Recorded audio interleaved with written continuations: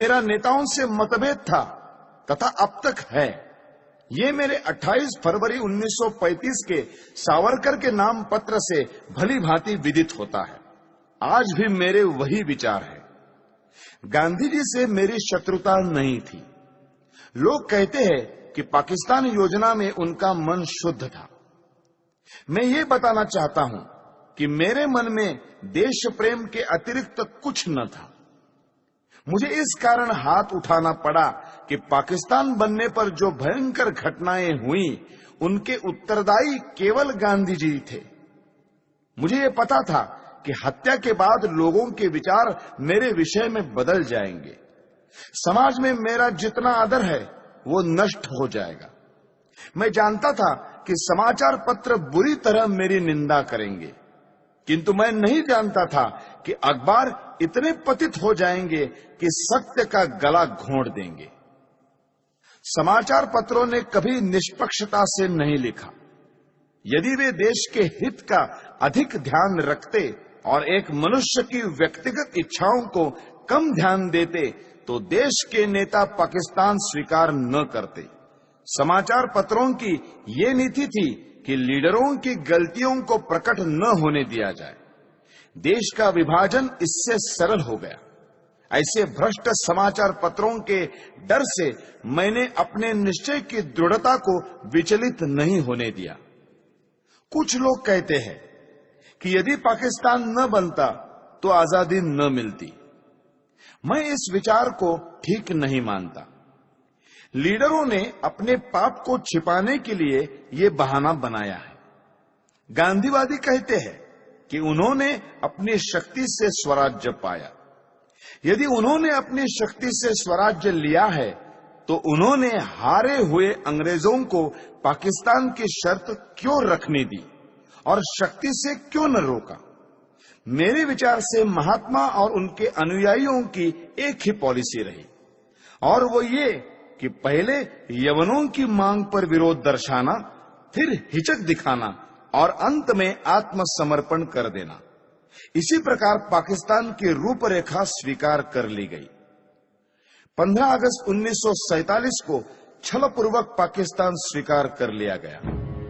पंजाब, बंगाल, सीमा प्रांत और सिंध के हिंदुओं का कोई विचार नहीं किया गया।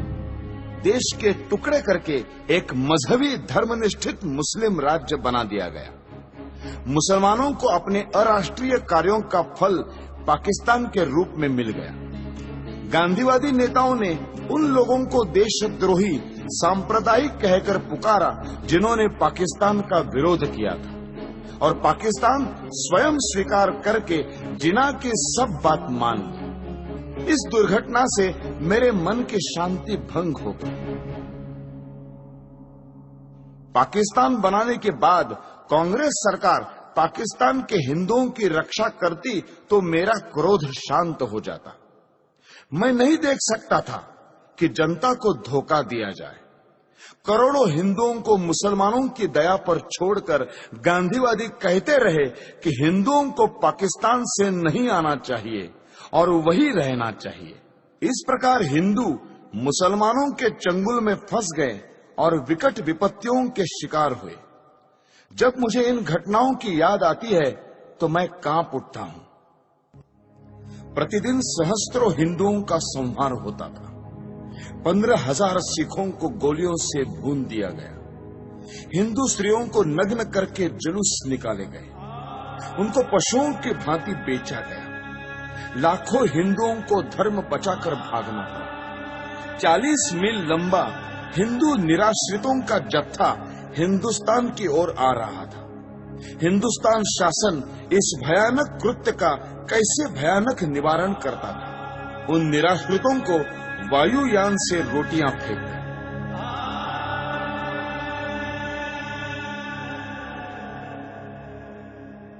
भारत सरकार पाकिस्तान से अत्याचार रोकने के लिए अनुरोध करती या धमकी देती कि यदि पाकिस्तान में अत्याचार बंद नहीं हुआ तो भारत में भी मुसलमानों की बुरी दशा होगी, तो इतने अत्याचार न होते।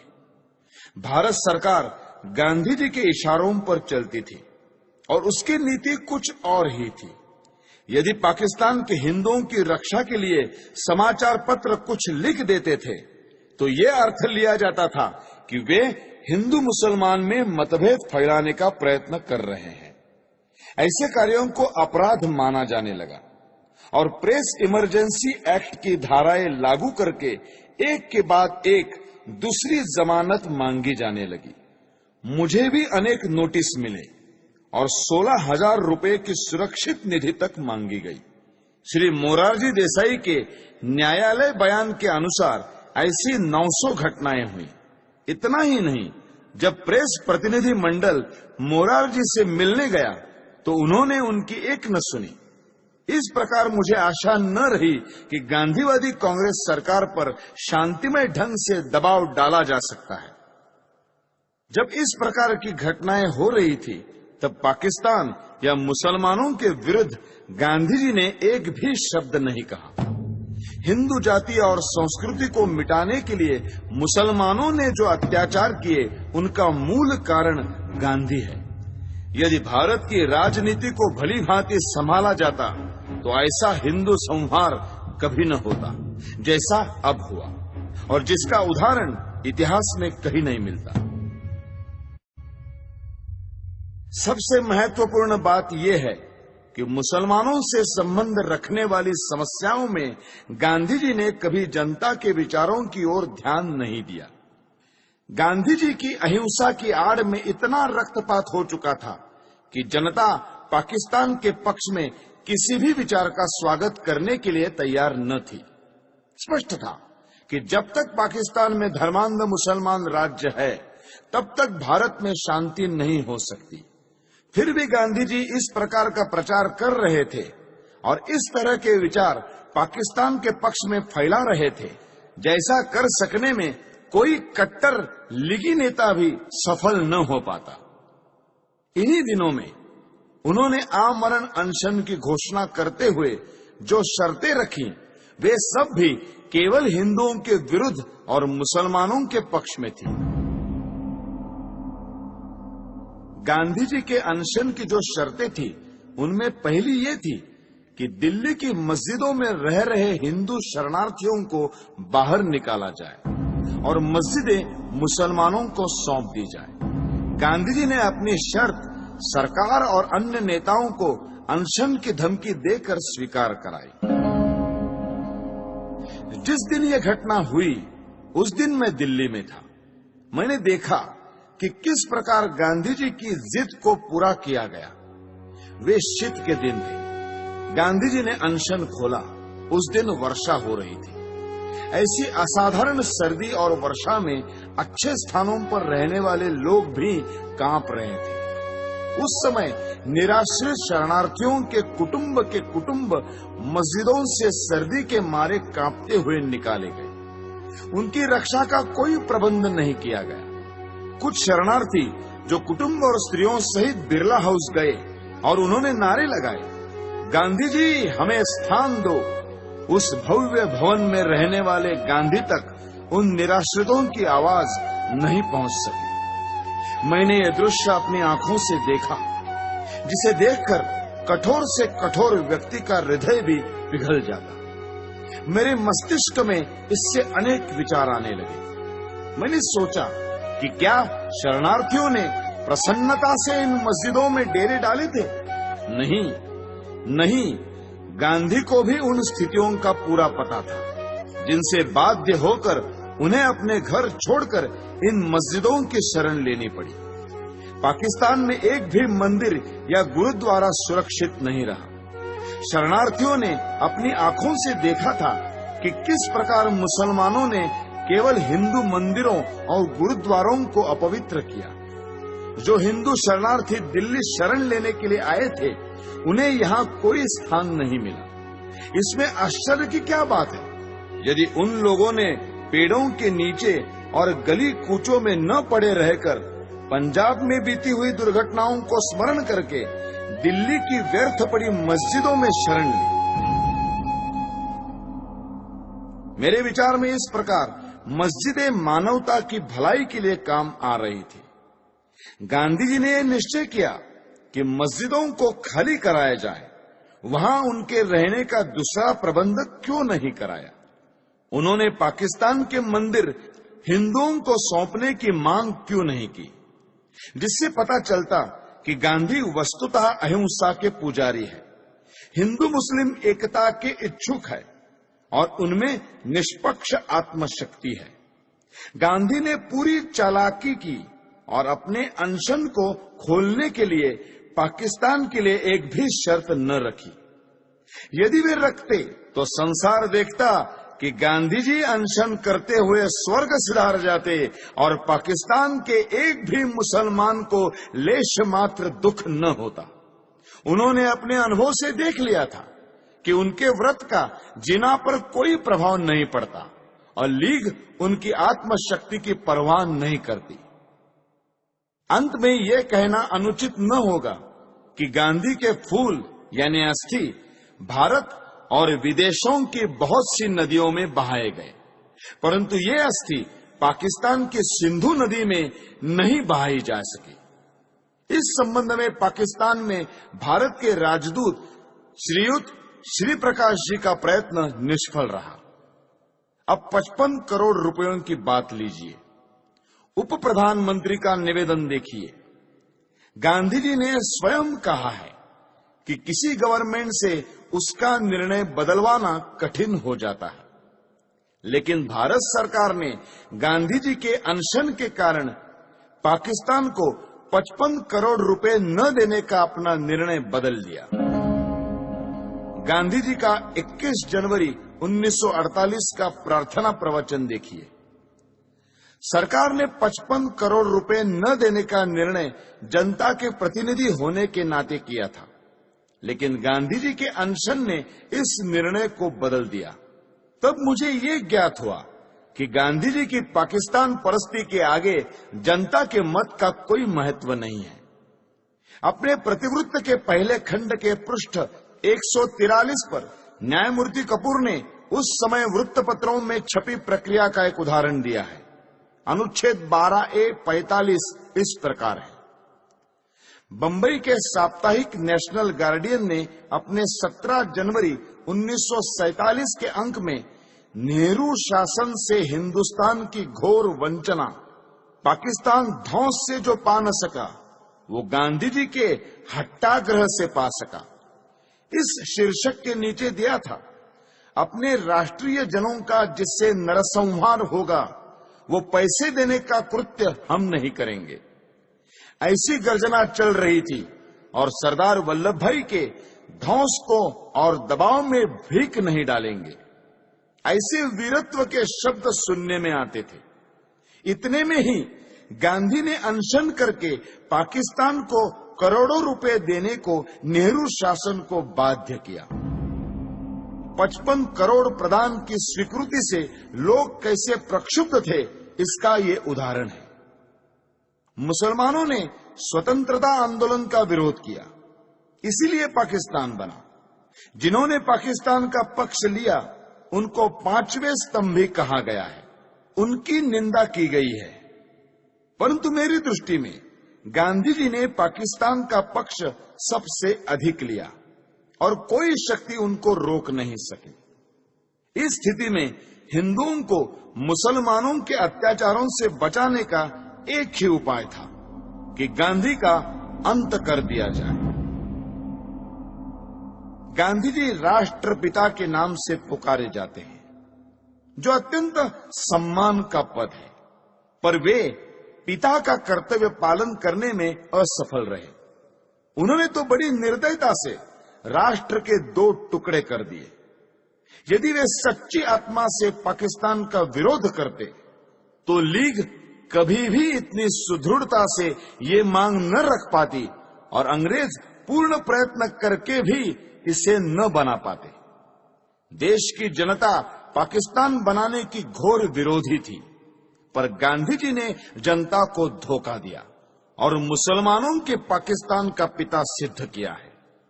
इसलिए मैंने भारत माता का एक पुत्र होने के नाते अपना कर्तव्य समझा कि ऐसे व्यक्ति का अंत कर दिया जाए, जिसको कहा तो जा रहा है राष्ट्रपिता, किंतु जिसने मातृभूमि का विभाजन करने में सर्वाधिक हाथ बटाया है। हैदराबाद की समस्या का भी यही इतिहास है।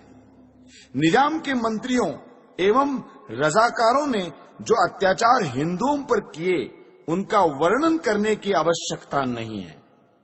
वहां के प्रधानमंत्री लायक अली जनवरी 1948 के अंतिम सप्ताह में गांधी जी से मिले थे। शीघ्र ही पता लग गया कि गांधी जी का व्यवहार इस विषय में भी विचित्र है। जिस प्रकार उन्होंने सुरावर्दी को अपनाया था, उसी प्रकार कासिम रिजवी को भी दत्तक पुत्र समझकर व्यवहार करेंगे, ये बिल्कुल स्पष्ट था। जब तक गांधी जी जीवित थे, तब तक सरकार हैदराबाद के विरुद्ध कुछ न कर सकी, यद्यपि वो पूर्ण अधिकार और शक्ति संपन्न थी। यदि गांधी जी के जीवन में ही भारत सरकार हैदराबाद में सेना या पुलिस की कोई कार्रवाई करने का निश्चय करती, तो गांधी जी हिंदू मुस्लिम एकता के नाम पर सरकार को अपने निश्चय बदलने पर बाध्य कर देते। जिस प्रकार 55 करोड़ रुपया पाकिस्तान को न देने का निर्णय वापस लेना पड़ा था। जब गांधी जी अनशन ठान लेते, तो उनको बचाने के लिए सरकार को उनकी इच्छानुसार चलना पड़ता। गांधी जी के अहिंसा सिद्धांत के अनुसार हमें अत्याचार सहन करते जाना चाहिए और शस्त्र या शारीरिक शक्ति से प्रतिकार नहीं करना चाहिए। गांधी जी की अहिंसा उस सिंह की अहिंसा है जो उस समय अहिंसा का पुजारी हो जाता है जब वो सहस्त्रों गायों को खा पीकर थक जाता है। कानपुर में गणेश शंकर विद्यार्थी को मुसलमानों ने निर्दयता से मार दिया था। गांधी जी उनका उदाहरण देकर कहते थे कि इस प्रकार अहिंसा पर चलकर अपना बलिदान कर देना चाहिए। मेरा विश्वास है ये अहिंसा यानी नपुंसकत्व देश को नष्ट कर देगी और पाकिस्तान भारत पर आधिपत्य जमा लेगा। मुझे स्पष्ट दिखाई देता था कि यदि मैं गांधी जी का वध करूंगा तो मैं जड़ मूल से नष्ट कर दिया जाऊंगा। लोग मुझसे घृणा करेंगे। मेरा सम्मान जो मुझे प्राणों से अधिक प्रिय है नष्ट हो जाएगा। किंतु साथ में मैं ये भी जानता था कि गांधी जी सदा के लिए विदा हो जाएंगे तो देश की राजनीति में शस्त्र प्रयोग और प्रतिकारात्मक कार्यवाही को स्थान मिलेगा। देश शक्तिशाली होगा। मैं अवश्य मरूंगा, किंतु देश अत्याचारों से मुक्त होगा। सब मुझे मूर्ख कहेंगे, पर देश ऐसे मार्ग पर चलेगा जो उचित होगा। यही सोचकर मैंने गांधी जी का अंत करने की ठानी। मैंने अपना निर्णय किसी को नहीं बताया। 30 जनवरी 1948 के दिन मैंने गांधी जी का वध किया। मेरे पास कहने को और कुछ नहीं है। यदि देशभक्ति पाप है तो मैं पाप मानता हूं। मैंने पाप किया है। यदि प्रशंसनीय है तो मैं अपने आप को उस प्रशंसा का अधिकारी समझता हूं। मुझे विश्वास है यदि मनुष्यों द्वारा स्थापित न्यायालय से ऊपर कोई और न्यायालय होगा तो उसमें मेरे कार्य को अपराध नहीं समझा जाएगा। मैंने देश और जाति की भलाई के लिए ये काम किया है। मैंने उस व्यक्ति पर गोली चलाई जिसकी नीति से हिंदुओं पर घोर संकट आए और हिंदू नष्ट हुए। वास्तव में मेरे जीवन का उसी समय अंत हो गया था जब गांधी जी पर गोली चलाई थी। उसके पश्चात मैं अनासक्त जीवन बिता रहा हूं। मेरे लिए संतोष का विषय है कि मुझे कोई पश्चाताप नहीं है। हैदराबाद की समस्या में अकारण देर हो रही थी। सरकार ने गांधी जी के मृत्यु के बाद शस्त्र शक्ति से इस समस्या को ठीक रूप से सुलझा दिया है। भारत की आधुनिक राजनीति और सरकार अभी तक तो ठीक प्रकार से चलती हुई जान पड़ रही है। गृह मंत्री ने कहा है कि देश के पास प्रचुर युद्ध सामग्री होनी चाहिए। ऐसा विचार प्रकट करते हुए उन्होंने ये नहीं कहा कि वे गांधी जी के सिद्धांतों पर चलकर ये सब कुछ करेंगे। यदि वे ऐसा कहें तो केवल अपने मन के संतोष के लिए कहेंगे। ये याद रखना चाहिए कि यदि आधुनिक शस्त्रों का प्रयोग करके ये कहा जाए कि गांधी जी के अहिंसा सिद्धांत पर चला जा रहा है, तो हिटलर, मुसोलिनी, चर्चिल या रूजवेल्ट के देश रक्षा के ढंग और गांधी जी के अहिंसा सिद्धांत में कोई भेद नहीं रह जाएगा। मैं ये मानने को तैयार हूं कि गांधी जी ने देश के लिए बहुत कष्ट उठाए। उन्होंने जनता में जागृति पैदा की। उन्होंने स्वार्थवश कुछ नहीं किया, परंतु दुख ये है कि वे इतने ईमानदार नहीं थे कि अहिंसा की हार को स्वीकार कर लेते। मैंने दूसरे भारतीय देशभक्तों और नेताओं के भी चरित्र पढ़े हैं जिन्होंने गांधी जी से अधिक बलिदान किए हैं। कुछ भी हो, गांधी जी ने देश की जो सेवा की है उसके लिए मैं उनका आदर करता हूं। उन पर गोली चलाने के पूर्व मैं उनके सम्मान में इसीलिए नतमस्तक हुआ था, किंतु जनता को धोखा देकर पूज्य मातृभूमि के विभाजन का अधिकार किसी बड़े से बड़े महात्मा को नहीं है। गांधी जी ने देश को छल कर देश के टुकड़े किए, क्योंकि ऐसा न्यायालय या कानून नहीं था जिसके आधार पर ऐसे अपराधी को दंड दिया जा सकता। इसीलिए मैंने गांधी को गोली मारी। उनको दंड देने का केवल यही एक तरीका रह गया था। यदि मैं यह न करता तो मेरे लिए अच्छा ही होता, परंतु स्थिति बहुत खराब हो गई थी और मेरे हृदय में इतना अधिक क्षोभ था कि मैंने सोचा कि गांधी जी को स्वाभाविक मृत्यु से नहीं मरने देना चाहिए। संसार को पता लग जाए कि इस व्यक्ति ने अन्यायपूर्वक राष्ट्र के साथ छल करके भयानक रूप से देश के एक संप्रदाय का जो पक्ष लिया है उसका दंड भोगना पड़ा। मैंने इस समस्या का अंत इसी प्रकार करना चाहा, क्योंकि इसी से लाखों निर्दोष हिंदुओं का जीवन बच सकता था। गांधी जी की जो अहममयी प्रवृत्ति इस पवित्र भूमि के पुत्रों के लिए घातक सिद्ध हुई, उसके लिए भगवान उन्हें क्षमा करे। मेरी न किसी से कोई शत्रुता है, न किसी के प्रति कोई दुर्भावना। ये मैं अवश्य कहता हूं कि इस सरकार के लिए मेरे हृदय में कोई आदर न था, क्योंकि ये अनुचित रूप से देश के शत्रुओं के हाथ मजबूत कर रही थी। मैं देख रहा था कि ये नीति गांधी के कारण थी। अब ऐसे व्यक्ति का अंत हो जाने के बाद वो राष्ट्र निर्माण की योजनाओं पर कार्य करने के लिए स्वतंत्र है। किंतु मुझे ये कहते दुख होता है कि प्रधानमंत्री नेहरू के भाषणों और कार्यों में बड़ा अंतर है। वे धर्मनिरपेक्षता के आधार पर राष्ट्र निर्माण की बातें करते हैं, जबकि उन्होंने स्वयं पाकिस्तान को धार्मिक आधार पर स्वीकार किया है। उन्हें सोचना चाहिए था कि सांप्रदायिक आधार पर बनाया हुआ पाकिस्तान भारत के लिए लाभदायक न होगा। फिर भी सब कुछ सोचने के पश्चात मेरे हृदय ने कहा कि गांधी जी के विरुद्ध काम करना चाहिए। किसी ने मुझ पर इस संबंध में कोई दबाव नहीं डाला और न ही कोई डाल सकता था।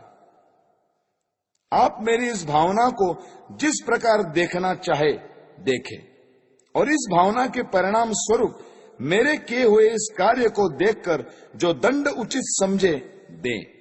इस विषय में कुछ कहने की मेरी इच्छा नहीं है। मैं किसी प्रकार की दया नहीं चाहता। मैं ये भी नहीं चाहता कि मेरी ओर से कोई दया की याचना करे। इस अभियोग में बहुत से मनुष्यों को मेरे साथ इस अपराध में ले लिया है। उन पर आरोप है कि उन्होंने षड्यंत्र रचा। इस विषय में मैं पहले ही कह चुका हूं कि इस कार्य में मेरा कोई साथी नहीं था। स्वयं मैं और केवल मैं ही इसका उत्तरदायी हूं। यदि दूसरे लोग इसी दोष के लिए नहीं खड़े किए जाते तो मैं अपने लिए बचाव भी न करता। न्यायालय को मालूम है कि 30 जनवरी 1948 के कृत्य से संबंधित साक्षीदारों की परिपरीक्षा यानी क्रॉस एग्जामिनेशन न ली जाए, ऐसी मेरी इच्छा थी और मेरे विधिज्ञों को भी मेरा वैसा आग्रह रहा था। इससे मैं अपने लिए बचाव नहीं कर रहा, यह स्पष्ट होगा। मैं इस बात को पहले ही बता चुका हूं कि 20 जनवरी को मैं शांतिमय प्रदर्शन के पक्ष में न था। अपने सिद्धांतों का प्रचार करने के लिए यह उपाय मुझे व्यर्थ प्रतीत होता था। फिर भी मैंने प्रार्थना सभा में होने वाले उस प्रदर्शन में सम्मिलित होना स्वीकार कर लिया। यद्यपि इसमें सम्मिलित होने की मेरी आंतरिक इच्छा न थी, दैव योग से मैं उसमें सम्मिलित न हो सका और किसी कारण से जब यह प्रयत्न सफल भी नहीं हुआ तब मुझे बड़ी निराशा हुई। आपटे और अन्य लोगों ने पूना, बंबई, ग्वालियर में स्वयं सेवकों के लिए जो परिश्रम किया था उसका कुछ भी फल नहीं निकला। तब गांधी जी के वध के अतिरिक्त मेरे लिए दूसरा मार्ग नहीं रह गया था। इन्हीं विचारों में खोया हुआ जब मैं दिल्ली के शरणार्थी कैंप में घूम रहा था तो मुझे एक फोटोग्राफर मिला जिसकी कमर में कैमरा लटक रहा था। उसने मुझे फोटो उतरवाने के लिए कहा। वो शरणार्थी ही प्रतीत होता था। मैंने फोटो खिंचवा लिया। जिस समय मैं स्टेशन पर आया मैंने आपटे को 2 पत्र लिखे जिसमें अपनी मानसिक दशा का वर्णन किया और अपने फोटो भी भेज दिए। नानाराव आपटे से प्रेस और पत्र के क्षेत्र में मुझसे घनिष्ठ संबंध थे। उन्हें मैंने एक पत्र व्यक्तिगत पते पर भेजा और दूसरा हिंदू राष्ट्र कार्यालय के पते पर। अंत में मैं ये कहना चाहता हूं कि जो वक्तव्य मैंने दिया है वो सत्य और शुद्ध है। प्रत्येक बात संदर्भ ग्रंथों को देखकर तैयार की गई है।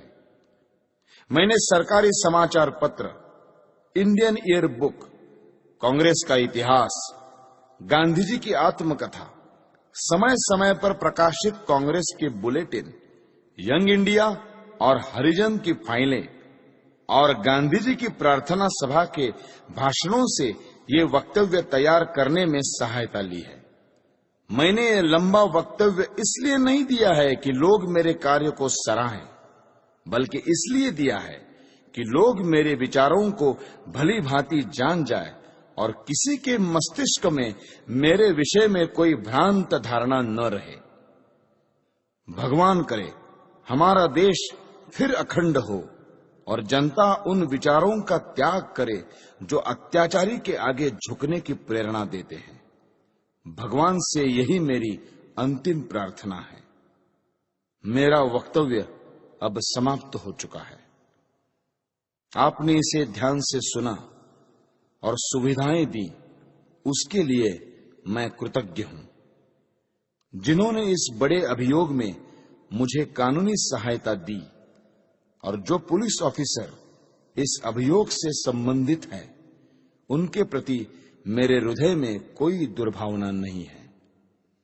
मैं उनके सद्व्यवहार के लिए उनका भी कृतज्ञ हूं। जेल के ऑफिसरों को भी धन्यवाद। उन्होंने मेरे साथ बहुत अच्छा व्यवहार किया है।